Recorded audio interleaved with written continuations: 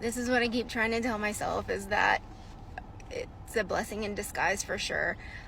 Life has been so much better after everything has happened. The story, or my story, goes so much deeper than just this betrayal from my best friend. And honestly, I think that God is using me to help other people that may have gone through a similar situation that I've been through, because it wasn't just the cheating. I've been with this man for 20 plus years. We were high school sweethearts, been together since we were 15, and so he was a football player, and so I think he had a lot of anger issues, which led to DV in my marriage, for all of my marriage. And I never said a thing. I never once said anything. It would happen, and then the days would go on. But so we knew them because our kids were in the same class. And my husband knew her husband because they played football together in high school. And so they were already friends. We didn't know who she was, didn't know her from Adam. Nobody knew who she was. But she did go to the same high school. And I'll talk on that later, or maybe in another video, because it's all just coming back. It's all just making sense now, replaying a lot of things. I only talk on this, and I only talk on her because of the things that transpired after we started finding out about what was going on with them, and how she handled everything and the things she did to me even after the fact. So I started noticing things when we took our last couples vacation. It was a river trip back in May of 2023. She would try to, sit next to him any time she got, if we were playing games, she would sit next to him, stand next to him, all the weird things. So my husband started acting really funny after the river trip. He started being distant. We've always had problems. There's never been peace, honestly. So, I chalked it up to he was probably cheating on me again, because that was just something else that he struggled with in our marriage, is just infidelity. And so it was the same signs, same symptoms, and I kept going to her, just like, there's something going on. I know something's going on with him and other women, whatever. And I'm giving her these names, I'm giving her all this information, like, oh my goodness, something's happening, like, help me, She was only using all that information to go back to him, to cry to him, and, get mad at him because of all these girls that she was finding out about because of me.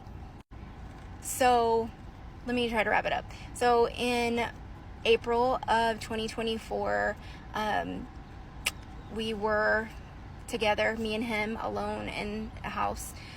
He had said that he wanted to start dating other people, and I thought that was crazy. We are married. What are you talking about? And so when I started giving pushback on that, something happened. I won't go into too much detail on that, but obviously, something happened. It was huge, and it was the worst that there ever had been. And honestly, that could have been it for me, to be honest with you. If there wouldn't have been somebody standing outside the house hearing me scream, I think things would have turned out a whole lot differently. So I right then and there, I decided, that's it. I have to file for divorce. I have to do these things. I have to take the steps to move forward.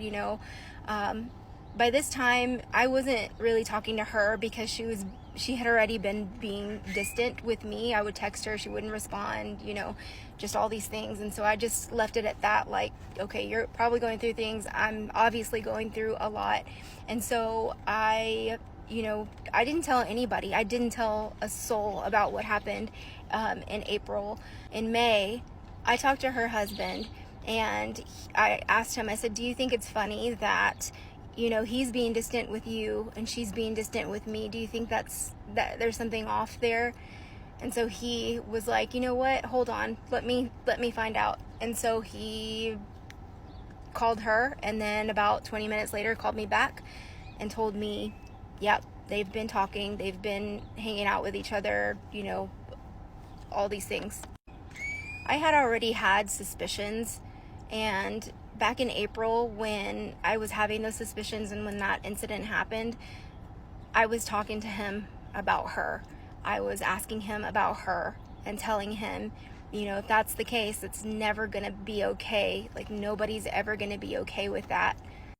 And that's when he got angry. So after her husband found out, he called me back and let me know, and I told him, I said, I think it's important that you know what happened to me in April.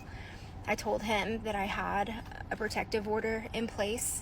I told him that it had been happening for years, and that I'm barely, you know, talking about it to anybody, but I thought it was important that he knew that. And so whenever he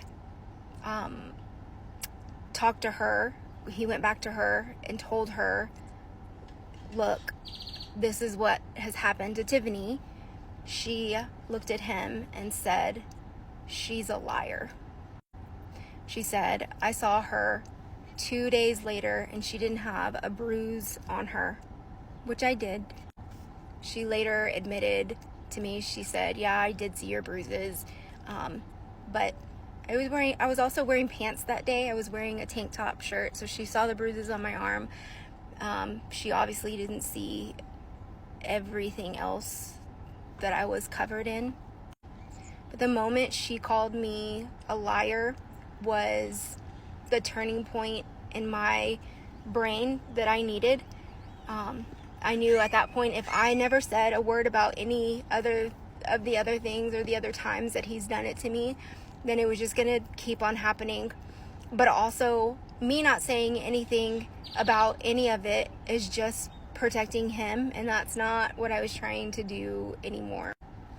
Me not saying anything is saying it's okay, and it's not okay.